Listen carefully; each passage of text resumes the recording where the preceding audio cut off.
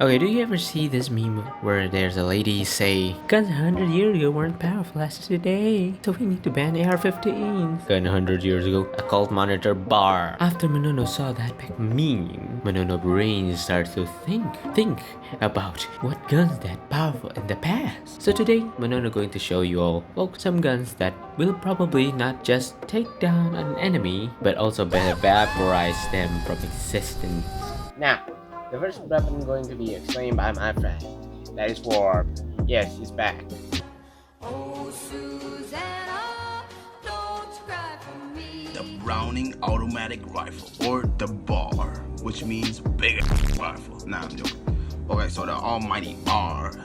So y'all probably know this gun from you've probably seen it from like a movie or a game or any other media, to be honest. Even like a person who doesn't even know that much about guns would have probably like seen this somewhere before, and they were like, hey, I know that thing, I've seen it before.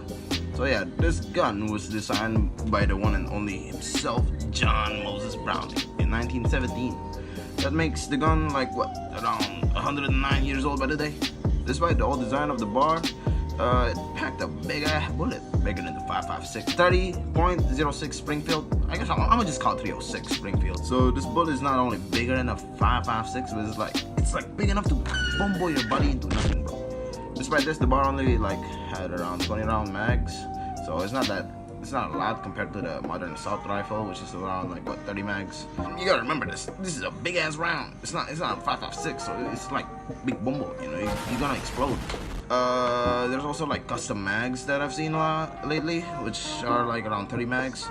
And there's also like experimental mags, which are like around 40 round mags, I think. Yeah, for anti-air. So yeah, the bar has been seen in a lot of war from World War I to modern day, but it's quite limited. There's also a modernized variant. Its name is the ACAR, or Heavy Counter Assault Rifle, made in Ohio by Ordnance Work. What the hell? HCAR, Hunkus Assault Rifle. I don't know. Okay, so if you see a person with a BAR or ACAR, you do not want to mess with them, because like that is not a beginner weapon. But like an AR-15, you see that on the street of Florida, alright. But a bar, either like bros are like a history nerd, or like someone trying to defend our house. Anyways, the bar is one of the guns that will do the job right. Despite the bar is old, it is still gold, my friend. Indeed it is. For me, I mean, like the bar, I've heard of it before. It's like, it's a cool gun. I've seen how fast it shoots. I'm like, whoa, 3 switches, whoa, like, do, and then I'm like, god damn. Anyways, yeah, that's for me. Bye. The next rare gun I'm going to show you all is from the Russian Empire. That is the M1916 Fedorov Automat. So the Fedorov Automat, or FA for short, is a Russian-made battle rifle or automatic rifle by classification they gave this gun. During World War I, this gun performed like a machine gun because, well, very limited were produced during that time. But during World War II, Winter War, and more conflict upgoing, was used like an assault rifle. Well, because there's nothing else to use, because the Soviet Union needed a lot of guns to arm their soldiers. Almost forget the guy that created this gun. Who designed this gun, you may ask? Well, let me introduce you Vladimir Grigoryevich Fedorov. Yes, I hope pronounced it right. Was made in 1913. That make this gun, Fedorov Automat, 113 years old, much older than the bar. So, what is the Fedorov Automat chamber in? Well, the Fedorov Automat chamber in 6.5 by 50mm are Sakharov. But wait, why do you use a Japanese round? The reason why they use a 6.5 by 50mm because 7.62 by 54mm is too powerful in full auto. So the first thing Fedorov do is probably experimenting with a 6.5mm, but he decided, hey, there's already exists 6.5mm, so he decided to use a 6.5 by 50mm are Sakharov. But if you're asking me how many bullets in the magazine, well, they only have 25 rounds. But hey, it's still pretty good because the bar have 20 and this one have 25. It's pretty good. Despite smaller than the 3.6, 6.5mm, it's still bigger than a 5.56. It's still going to shred you to pieces with that 25 round mag. Also, it's much lighter than the bar. If you're asking how light, well, the Fedorov Automat weight is 5.2 kilogram or 11.4 pound when loaded, but the bar weighs around between 8.2 to 10.4 kilograms or 18 to 23 pounds when loaded and not loaded. But not gonna lie, if you see someone with this gun, it's very rare. Like around 3,200 were made. It's very rare.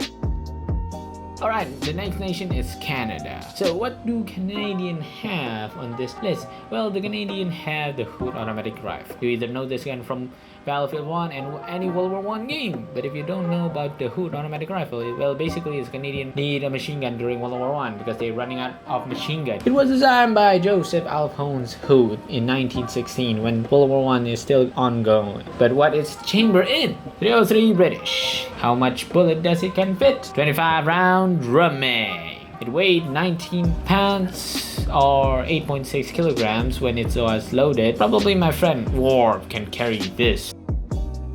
For our last and oldest gun that's going to be shown, not only is it light enough to be carried by one person, but it's very widely used. Hi, it's me again, John Doe. I'm not in the studio right now. I'm at home, enjoying a cup of coffee. And today, we're going to be discussing about a certain gun that wasn't designed in World War I, but is much older. You know what year it was designed? 1896. That makes the Matson 130 years old also. Despite old age, the gun is still used till this day by Brazilian police. It's more like an assault rifle now rather than a machine gun. Also, almost forgot, the person who made this gun is Julius A. Rasmussen and Theodore Schoep. My apologies for my horrible pronunciation. Both are from Denmark, the land of Lakers. But what is in the chamber? First of all, there are a lot of magazines, but I'll pick the first, probably the 8x58 millimeter R Danish brand. The magazine capacity is either 25 or 30 round mag. There's also the 80 round drum, but it's for aircraft. It's very rare. The Madsen is used by other nations because, well, maybe back then there weren't any other light machine guns. But yeah, oh, thank you. This is a Madsen, and I'm going to give a little bit of an example of how it's used.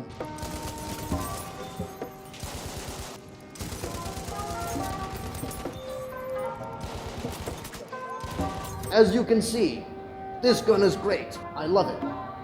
Thank you for watching. This is John Doe.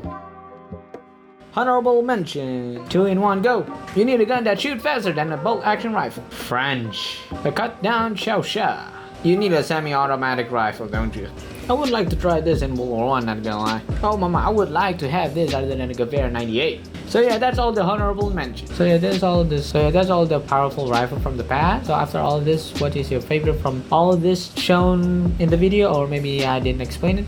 Just comment below what is your favorite. Personally, I like the bar because 306 is basically a powerful bullet. You can just do, you know, boom. But some of you are probably wondering, why don't I put some submachine gun or a light machine gun? Well, I already add some light machine gun on it, but it's very light, to be honest. Like, you can still shoot it while standing, but some of the gun you probably need some bipod on it. Well, if you're looking more like that, I can make another video with that. But for now, you know, this video mostly for educate some fellas that don't know much about firearms. But I hope Monono educate some all of you today. Either they learn or stay on doom for it. But in the end, thanks for watching, my fellow Mononos and my Mononos viewers. Hope you all have a great day. Don't forget to stay safe, and see you all in another video. Monono out. See ya, bye.